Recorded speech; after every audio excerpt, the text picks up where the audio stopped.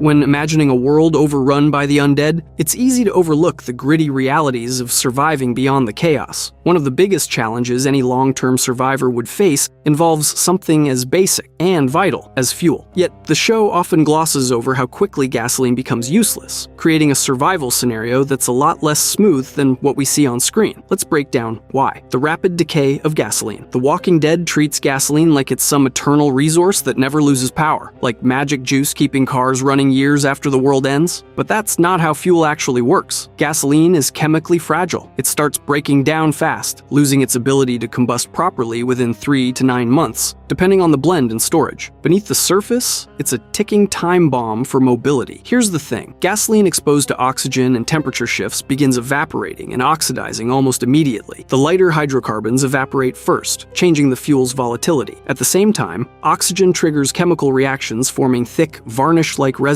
This sticky gunk clogs fuel lines, carburetors, and injectors, causing chronic engine problems or outright failure. Engines don't just stop because fuel is old, they die because it turns into sludge that chokes everything. In practice, fresh pump gasoline only lasts about 3 to 6 months before serious degradation. Premium blends might stretch that to 9 months if stored perfectly. Diesel is more stable and can last up to a year due to fewer volatile components, but it's not immortal either. Fuel stabilizers and airtight, cool storage can at best extend gasoline's life to around a year. Beyond that, aging and oxidation win. So why do we see characters in The Walking Dead siphoning gas from abandoned vehicles and tanks that have sat unused for years, then firing engines without a hiccup? It's cinematic convenience ignoring chemistry. The show rarely shows the inevitable grinding, stalling, and engine damage from running oxidized, varnished fuel. Real survivors would face constant mechanical failures and exhausting work scavenging fuel filters, cleaning carburetors, or experimenting with additives just to keep engines running. The timeline matters here. The outbreak begins in 2010, and by the time groups like Alexandria or the Kingdom show up, several years have passed. Gasoline left in exposed tanks that long would be unusable sludge. Realistic survivors would quickly prioritize hoarding diesel when possible. It lasts longer, or switch to non-motorized transport like bikes or horses, or rely on manual tools. The show also misses how fuel scavenging and maintenance grow into a massive burden. Siphoning gas isn't enough. Pumps run dry, lines clog, engines wear down from constant stop-start use on degraded fuel. Fuel quality would be a top ongoing crisis for any group relying on vehicles. In short, The Walking Dead's gas tanks don't just hold fuel. They hold a huge survival cheat code. The chemistry says otherwise. Gasoline is fragile, perishable, and an engine's worst enemy if untreated. Having characters casually driving reliable cars years later is fantasy, not fact. But if you think that's bad, wait until we dive into how the show handles clean water, or rather, how it doesn't. The complete disregard for water purification. Water is the invisible threat The Walking Dead almost entirely ignores. When society collapses, contaminated water kills far faster than zombies or gunfire ever could, yet the series barely treats water purification as a survival priority, which is a huge oversight. Here's the thing. Untreated water is the perfect breeding ground for cholera, dysentery, and other deadly pathogens that thrive in human waste contamination and poor sanitation. Cholera alone can kill within hours, spreading through drinking water tainted by feces. In any long-term collapse where sewer systems fail and latrines overflow, outbreaks of waterborne diseases would be unstoppable without rigorous treatment. But in The Walking Dead, characters often drink straight from rivers, barrels, and sketchy sources. Boiling water, using filters, or chemical treatment barely ever happen, even though they're constantly near floodwaters, swamps, or downstream of decaying bodies. Boiling water over a campfire or using a simple filter is basic survival knowledge, yet it barely gets a mention in a world where clean water means life or death. Real post-apocalypse survivors would obsess over water safety. They'd dig latrines well downstream, build rainwater catchment systems, and enforce strict rules to avoid fecal contamination. Boiling water for a minute kills nearly all pathogens. Solar disinfection, leaving water in clear bottles under sun, works surprisingly well with no fuel needed. Simple filters made from sand, charcoal, and cloth can drop microbial risks drastically, and chlorine bleach in proper doses is a cheap lifesaver if you know how to use it. Ignoring waterborne illness seriously downplays the biological threats lurking in The Walking Dead's world. The characters face constant walker attacks and violent humans, but none suffer massive epidemics of cholera or diarrhea that would realistically kill hundreds or thousands quickly. When dirty water is mentioned, it's just a minor plot point, never a real crisis. Here's where it gets strange. The show obsessively counts ammo, maintains weapons, and focuses on combat tactics, but treats something as basic as safe drinking water like background noise. History shows that waterborne diseases wipe out more people in disasters than fighting or starvation combined. The Walking Dead survivors' casual attitude toward water safety makes no sense when they wade through stagnant floodwater, drink from muddy streams, or live downstream from mass graves. They basically risk invisible killers daily and still seem fine. To sum up, survival after a collapse isn't just fighting zombies or raiders. It's about mastering the invisible microbes, making water safe, and building sanitation to keep disease at bay. That'd be the real obsession of long-term survivors, which the show completely ignores. But if you think ignoring waterborne disease is a big miss, wait until you hear about how the show treats canned food with almost supernatural shelf life. The infinite shelf life of canned food. Canned food in The Walking Dead is basically treated like some kind of apocalypse superpower. Characters find dusty cans decades after the outbreak, pop them open, and chow down like they just walked out of a supermarket aisle. But here's the thing. While commercial canned food is impressively durable, it's not an endless foolproof calorie stash. Let me explain. Properly sealed, low-acid canned foods, like canned meat, beans, and veggies, can stay safe for years if stored right. If the can stays airtight in a cool, dry spot, some might be edible for 30 years or more. But edible doesn't mean perfect. Over time, cans lose nutrients. Their contents degrade in texture and taste, and the risk of botulism creeps up if seals weaken or rust forms. None of this slow decay ever makes it into the show's portrayal. Before you roll your eyes, consider Clostridium botulinum, the bacteria behind botulism poisoning. It thrives in low-oxygen, low-acid environments, like a compromised can. Even commercial canned goods aren't immune if a dent creates a tiny breach or corrosion eats at seams. The CDC warns bulging, leaking, or spurting cans should be tossed immediately without tasting. In The Walking Dead, characters pop open cans from abandoned buildings with zero caution, which breaks all basic food safety rules. But it's not only botulism. Nutritionally, canned food degrades over time. Heat-sensitive vitamins like C and many Bs steadily break down, so while calories remain, the nutritional punch fades. Texture goes metallic or mushy. Taste shifts, too. Survivors relying on ancient cans would face deficiencies, fatigue, and weakened immunity long before the cans physically spoil. Yet, on-screen, characters seem to get full, balanced meals anytime they find a forgotten shelf. Another thing The Walking Dead skips is temperature and environmental impact. The southeastern U.S. climate swings between hot, humid summers and mild winters, perfect for speeding corrosion, rust, and spoilage. Storage spots like sunlit attics or damp cellars would wreck shelf life fast. Still, cans look untouched by years of climate abuse. Entire pantries look suspiciously pristine after years of apocalypse. Knowing how to identify and dispose of bad cans would actually be a critical survival skill. Checking for bulges, dents, rust, odd smells, or spurting liquid would be second nature, drilled into survivors early. Canning knowledge would be survival culture, how to safely consume, test, and discard suspicious food. The show rarely touches on this nuance, using canned food as a crash pad for calories without real consequences. The stakes here are serious. Botulism poisoning can cause fatal paralysis, and in a world without functioning healthcare, that's a death sentence. Nutritional decline wrecks physical and mental health. The show's easy portrayal misses not just spoilage hazards, but the constant vigilance needed to safely rely on stored non-perishables. In reality, canned goods act as a shrinking buffer, not an endless pantry. Early scavengers use up obvious stockpiles fast. Years later, the last cans are more likely rusty, dented, or unsafe. Survivors would need fresh food methods: drying, smoking, fermenting, canning themselves to survive. Randomly opening decades-old cans would be a risky gamble, not easy pickings. So yeah, The Walking Dead sticks to the classic apocalypse trope of eternal canned goods, but the truth is darker and more complex. It's a survival hazard nobody talks about, but should get way more screen time. The microbiological and nutritional traps hiding in those seemingly safe metal shells. If you think canned food is the apocalypse's forever snack, wait until we break down how Walking Dead treats zombie blood like water, and why crossing it means instant death. Walking through zombie blood would cause instant infection. The Walking Dead treats walker blood like a messy nuisance rather than a deadly biological threat, but reality says otherwise. Here's the thing: zombie gore isn't just gross. It's a breeding ground for dangerous bacteria from decomposition that would turn any cut or scratch into a rapid death sentence. Unlike bites, which the show canonically explains cause fatal bacterial infections that lead to death and reanimation. Casual contact with walker blood or guts on an open wound or mucous membrane would realistically trigger severe infections and sepsis almost instantly. Before you roll your eyes, hear me out. The show's infection logic is that everyone already carries the zombie virus, so it's bites that cause overwhelming bacterial infection. The zombie part only kicks in once you die. But here's where it gets weird. Non-bite exposures like cuts or blood splashes barely register as dangers on screen. Characters stroll through pools of walker blood, rub guts on their skin to blend blend in, and even wipe gore in their hair with zero risk. That kind of casual behavior would cause repeated life-threatening infections in real-world conditions. Take occupational health standards for a quick reality check. The CDC and OSHA define bloodborne pathogen exposure as any contact with non-intact skin or mucous membranes involving infected blood or fluids, especially if there's an open wound. Real healthcare workers know even tiny amounts of infected blood are dangerous and require immediate washing to prevent deadly infections. Now imagine a world with no antibiotics, no antiseptics, and collapsed medical systems. That's the Walking Dead's world, and yet they rarely clean wounds or avoid contact with walker fluids. Decomposing corpses harbor bacteria like Clostridium perfringens and Staphylococcus species, microbes that cause severe wound infections and sepsis. These pathogens thrive in necrotic tissue and cause gas gangrene, abscesses, and systemic toxicity if they enter open flesh, especially through cuts. Historically, disaster zones with mass casualties and poor sanitation face massive infection deaths, not just from contaminated water, but from contact with decaying bodies. The show's survivors wade through, smear, and actively use walker blood as camouflage without any realistic infection outbreaks. And it's not like the characters always appear pristine. We see them bleed, get scratched, and sustain horrific wounds in close combat. Sometimes untreated cuts fester with rot, yet they rarely spiral into fatal sepsis from non-bite exposures. They don't clean wounds properly or use antiseptics regularly. The only consistently deadly injury is a bite, which the story treats as carrying bacteria from the corpse's mouth, ignoring that blood or tissue exposure elsewhere is at least as risky. The lack of consistent wound cleaning, decontamination, or antibiotics sharply contradicts real-world medicine. In a collapsed system without hospitals or drugs, even small unclean wounds contaminated with putrid corpse fluids would cause rapid infection, septicemia, and death. Survival experts warn open wounds in disaster zones need immediate rinsing with clean water, soap, and antiseptics to prevent infection. The Walking Dead characters almost never follow any of these protocols. They rely on brute luck and toughness. Here's where it gets really dark: the clash between the show's gore-heavy style and real biomedical infection risks. The show loves dramatic scenes of guts smearing, blood spraying, and bodies sloshing in walker goo, but biologically, that puts everyone in constant mortal danger beyond bites. If taken seriously, every contact with gross zombie fluid would be a medical emergency, forcing survivors into strict hygiene and wound care, a whole level of survival stress the show ignores. Some community theories propose natural immunity, but the on-screen evidence points to sloppy contamination. Characters sometimes amputate bitten limbs to stop infection spread, which is smart, but they don't apply that caution to all other corpse-related infection routes. It's like someone forgot the blood hazard warning in their apocalypse manual. In sum, walking through zombie blood with cuts or exposed mucous membranes would cause frequent, severe infections, killing survivors far faster than bite infections alone. The Walking Dead downplays this risk in favor of gore spectacle, which makes for great TV but breaks the logic of long-term survival. If you think that's bad, wait until you hear about how silencers actually work compared to the show's portrayal. Silencers do not make guns whisper quiet. Silencers, actually called suppressors, get treated like magic stealth buttons in The Walking Dead. But here's the thing: suppressors don't turn guns into whisper quiet toys. They do reduce the noise of the muzzle blast, usually between 23 and 36 decibels depending on the gun and suppressor, but that's nowhere near silent. Even the best suppressors can't erase the sonic crack of bullets breaking the sound barrier, nor the mechanical noises from the gun cycling. So a suppressed gunshot is quieter, yes, but still loud enough to be clearly heard and definitely not a secret. The show pushes this myth hard. Characters take out walkers or enemies in tight spaces with supposed silencers, and nobody around seems to notice. Entire rooms of zombies and people nearby stay clueless. Walkers don't twitch until the gun points at them. That's basically a Hollywood dream. But real suppressors still make an unmistakable bang plus the bullet's supersonic crack. Indoors, that noise actually echoes and sometimes sounds louder or sharper. Even the improvised suppressors on the show don't hold up. Rick's famous flashlight turned silencer looks cool but is totally unrealistic. Real suppressors need precise engineering, baffled chambers to safely cool and contain gas, heat-resistant materials, and exact alignment to avoid messing up the bullet's flight. Slapping a metal tube over a barrel won't silence the gun and can wreck accuracy or cause jamming. They also need regular cleaning and maintenance to work safely, none of which we ever see on the show. Silencer makers publish data showing top suppressors reduce pistol shots by around 30 to 36 decibels. That's a big drop, but noise levels still hover near 120 decibels, loud enough to damage hearing if close without protection. duration. Months or years of firing will cloak the shooter less in silence and more in echoing distant gunshots. And the mechanical sounds, the clicks, slides, bolts cycling, remain audible and can give away your location. The show barely acknowledges this complexity. Suppressors come and go without any explanation about durability, maintenance, or ammo type limits. Improvised silencers survive shotgun blasts or hundreds of rounds without cleaning. It glosses over that subsonic ammo is often needed for stealth, and using it sacrifices power and range. The portrayal creates false expectations that duct tape and flashlight cans suddenly make any gun an undetectable ninja weapon, which is,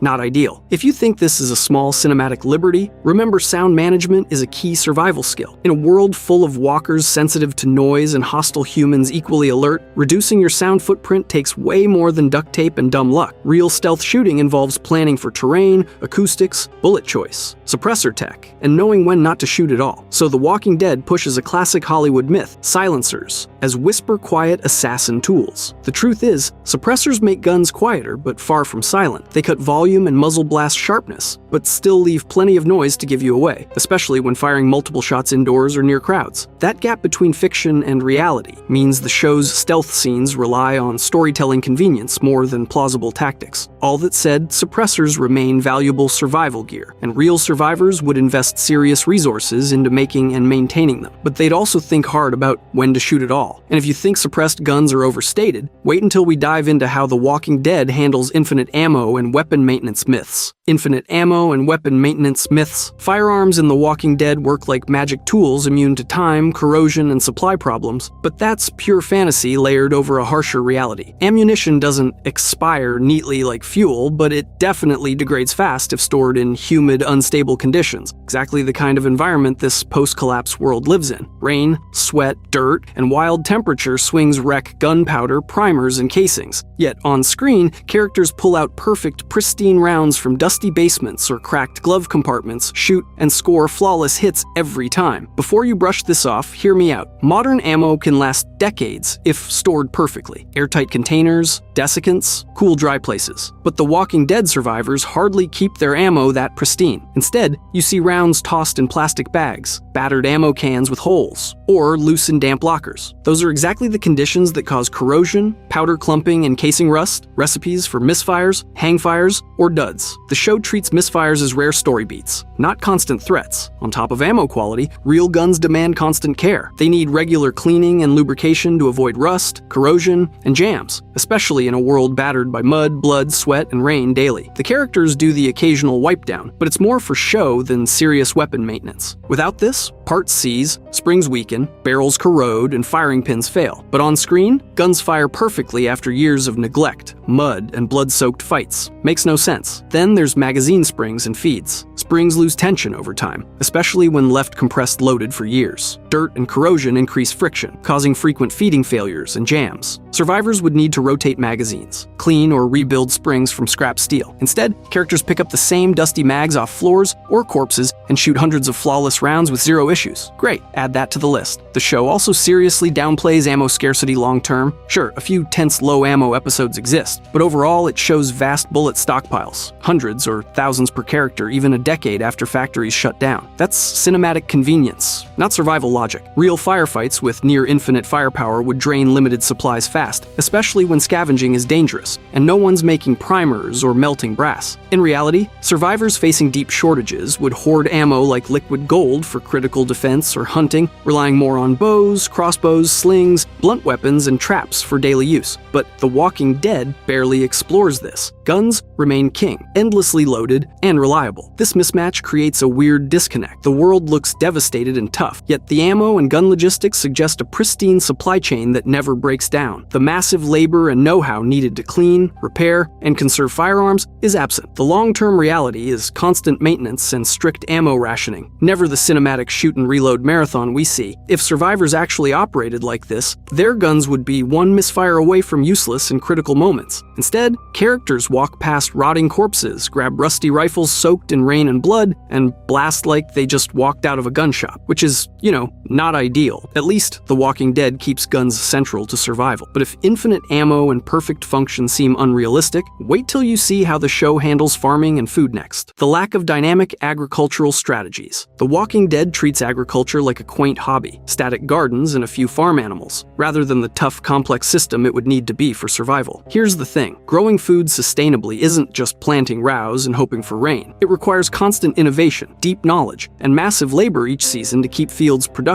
The show uses farms as background scenery, but that's a huge oversimplification. Before you dismiss this, hear me out. Real farming runs in cycles. Crop rotation to preserve soil, seed saving to protect genetics, pest control and irrigation systems suited to shifting climates. Skip these and yields collapse fast, soils die, and communities face famine. But the show? Rarely do we hear about rotating crops or managing pests. Fields just persist. Plant corn in the same spot for years? That ruins soil quick. Crop rotation alone is one of the oldest, smartest tricks in agriculture. Alternating grains with legumes that fix nitrogen or leaving land fallow to recover keeps soil fertile, vitally important without synthetic fertilizers, which survivors don't have. Instead, The Walking Dead mostly shows monocultures. Same crop, year after year. That invites pests and drains nutrients. Not survival, but disaster waiting to happen. Then there's seeds. Saving and selecting seeds isn't glamorized, but it should be the backbone of food security. Hybrid commercial seeds don't breed true. Survivors would have to quickly shift to heirloom varieties, carefully preserving genetic diversity to face evolving threats and climate changes. But seed saving gets ignored, like seed packets somehow last forever and never lose viability. Science says otherwise. Livestock is another gap. Hilltop and Alexandria have pigs, cows, chickens, sure, but the realities of feed production, controlled breeding, animal diseases, and veterinary care barely get a mention. Animal illness could wipe out vital protein sources in no time. Foot and mouth, parasites, contagious viruses. Sustainable herding demands pasture rotation, haymaking, manure composting, and vet attention. The Walking Dead shows happy pigs wandering but ignores these brutal necessities. A single disease or fodder shortage would make life hell. Water is treated just as simplistically. Virginia and Georgia's climates vary, with droughts and seasonal rainfall shifts, meaning irrigation is essential for reliable crops. Communities would need cisterns, canals, pumps, or swales to capture and manage water. Yet the show rarely shows infrastructure beyond a well or rain barrel. The engineering, labor, and social effort to maintain irrigation systems would dominate life. Instead, fields look watered as if by some miracle. From a societal angle, these gaps are massive. Long-term survival means more than weapons and canned goods. It's rebuilding evolving, sophisticated food systems that demand collaboration, innovation, and weather constant setbacks. Crop failures, blights, droughts, or livestock deaths, these would threaten survival just as much as any walker horde. Yet, The Walking Dead downplays farming struggles to focus on action and character drama. It's also a missed storytelling chance. Imagine story arcs about seed bank collapses, famines triggering unrest, or brutal politics over water in dry years. Farming could bring strategy, tension, and hard moral choices to the forefront, not just the occasional shootout or raid. But the show treats farming as a nearly effortless backdrop to survival theater. In short, The Walking Dead's portrayal of agriculture is charming but wildly unrealistic. Real survival farming demands huge knowledge, skill, and infrastructure the show consistently sidelines. The complex balance of soil health, pest control, seed diversity, animal husbandry, and water management would be the backbone of communities lasting years and decades. What we get instead is static, oversimplified farm life that keeps characters fed without breaking the show's flow or sanity. But if you think that's unrealistic, wait until we talk about how the show handles the psychological impossibility of endless, brutal warfare, the psychological improbability of constant warfare. The Walking Dead sets its world ablaze with nearly constant battles against walkers, hostile survivors, and endless threats. Yet somehow, over years of brutal conflict, its core group of survivors shows warrior endurance that completely ignores what real trauma does to the human mind. Here's the thing, realistic repeated exposure to combat, loss, and moral injury doesn't create unbreakable soldiers. It breaks huge parts of any population, and the show barely even acknowledges this. Before you roll your eyes, hear me out. The official story presents characters as forged by hardship, able to keep fighting no matter what. Sure, some get sad or reckless for a bit, but almost everyone just jumps back into the chaos. That sounds heroic, but psychiatric research on trauma paints a very different picture. US veterans provide a clear comparison since their combat experience is one of the most studied trauma types. About 8% meet criteria for lifetime PTSD, with almost 20% suffering PTSD in particularly intense combat situations. Beyond PTSD, these veterans also face sky-high rates of depression, addiction, suicidal thoughts, and struggle to function normally. This isn't just a dry stat. It means many become disabled or have a hard time fitting back into society after repeated trauma. Yet in The Walking Dead, for all their losses and horrors, the main characters rarely ever break down completely under their experiences. Rick, Michonne, Daryl, and the rest charge ahead through wave after wave of death, betrayal, and cruelty. Even when they flinch, flashbacks, anger, impulsive violence, they quickly snap back to leadership and non-stop fighting with little lasting psychological damage. Here's where it gets weird. Real life shows those exposed to non-stop violence without therapy, rest, or support usually develop chronic impairments, making sustained warfare nearly impossible. PTSD symptoms wreck concentration, emotional control, and trust in others. Severe moral injury, caused by killing friends or sacrificing innocence, drags in guilt, shame, and social isolation. These aren't minor side effects. They're disabling mental wounds. In long-running conflicts, many survivors withdraw or splinter off rather than soldiering on endlessly. The show's consistent operational capacity is a storytelling choice, filtering out the majority who'd be incapacitated, dissociated, or choosing peace over endless fight. More than individuals, this trauma shapes the very foundation of post-collapse societies. Creating governments, alliances, and functioning economies demands trust, patience, and teamwork. The exact things trauma and moral injury undermine. Yet the show's communities pull off complex politics and rebuilding as if wearing invisible resilience armor. The truth is, the psychological toll of prolonged warfare is the biggest flaw haunting The Walking Dead's survival fantasy. It depicts brutal violence without fully facing the hidden wars inside survivors' minds. Walking through fire repeatedly is one thing. Doing it year after year without breaking down? Practically impossible, and completely out of sync with trauma science. If the show embraced this invisible war within its characters, it could unlock deeper stories, cracks in leadership, friendships shattered by unhealed wounds, cycles of trauma-driven retreats, and the raw human cost behind each ambush. Instead, those realities get sidelined for non-stop action and heroics, squandering a chance to show apocalypse at its most grim and real. But if you think constant inner turmoil would crush survival, remember this: living in fear of death while still pressing on is real too, just far rarer and far messier than the series admits. In the end, The Walking Dead's greatest fiction isn't its zombies. It's the myth that anyone can keep fighting forever without their mind coming apart. If you enjoyed this video and want to see more, click the video on the screen now.